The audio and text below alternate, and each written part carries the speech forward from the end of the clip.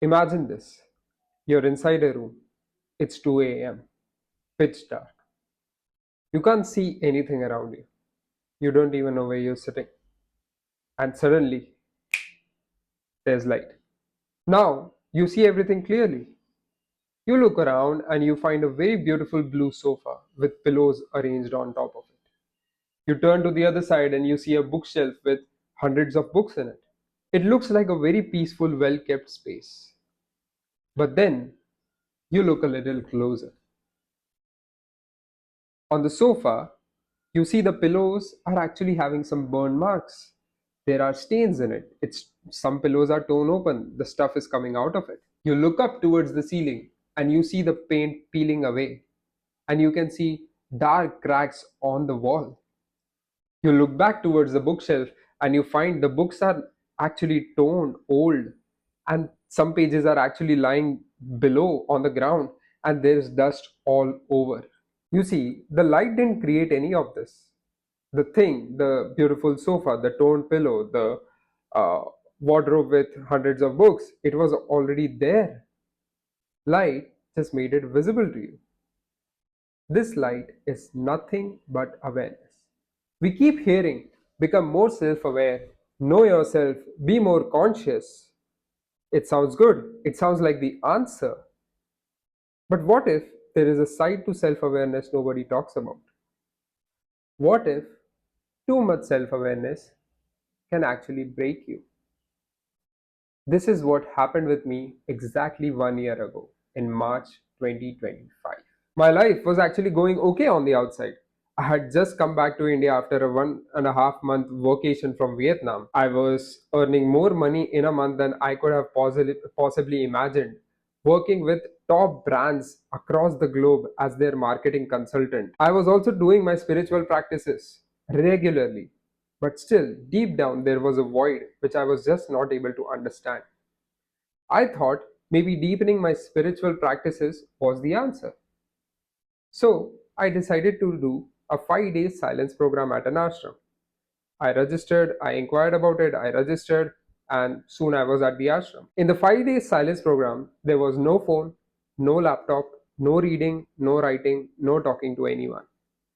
Just focus on the practices of meditation, pranayam, and staying by yourself. Initially, it was going okay, but suddenly, as time was passing by, because we were doing almost 6 to 8 hours of pranayam meditation and other practices every day, new things started happening. I remember around the day three, my during the practices, my leg started vibrating out of my control. Around day 4 or 5, I remember feeling a lightning bolt in the back of my spine, and my back become completely straight, as if somebody had tied me with a pole, and I was just not able to bend my back. Inside the ashram, it felt okay, strange, but okay. But the moment I stepped outside the ashram, my life changed completely. I started feeling anxious, deeply anxious. I was just not able to sit in a place. I was just not able to sleep. I was just not able to rest. The only thing that was helping my anxious mind was walking. And I don't mean like small walking. I mean 10, 12, 15, even 18 kilometers at times in a single day without eating much food. Imagine walking in hot sun of March and April.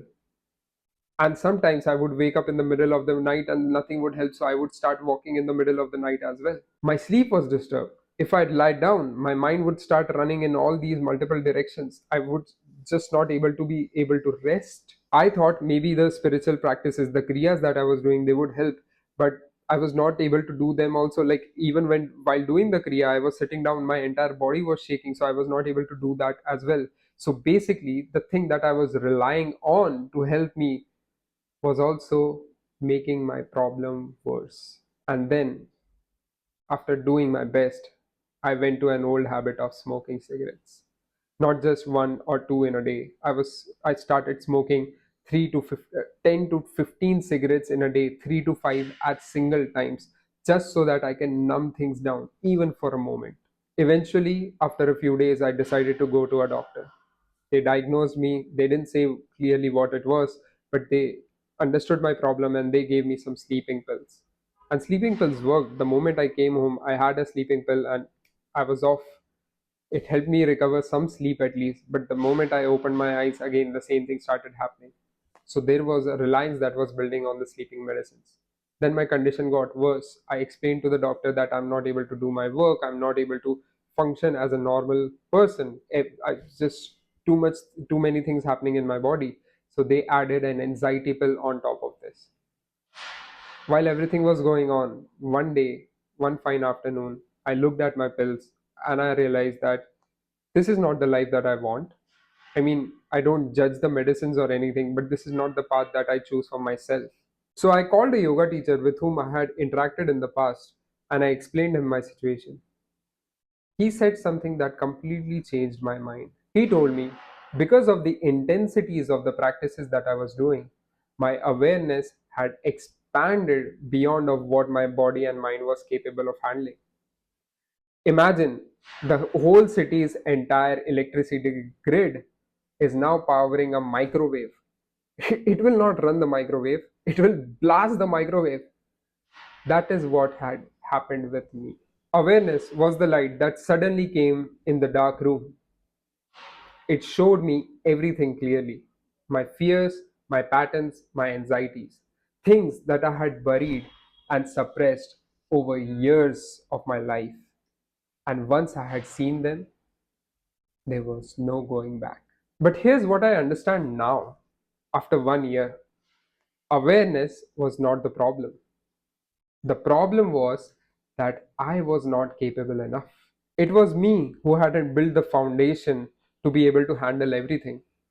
Awareness doesn't care, it shows you the things as they are. So the goal actually is not to become more aware. The goal is actually to first become capable of what awareness can possibly show you. Strengthen your body, stabilize your mind, build grounding in your life. Because when your system is strong, awareness becomes a tool. Else, it becomes the worst thing that you can possibly go through. Awareness without grounding creates instability. Awareness with grounding creates transformation. And since the last 1 year of the breakdown, this is what I have been working on: a strong base, physically, mentally, emotionally. I call this Foundation 1.0. If that's something you want to be a part of, subscribe and follow along. We are just getting started.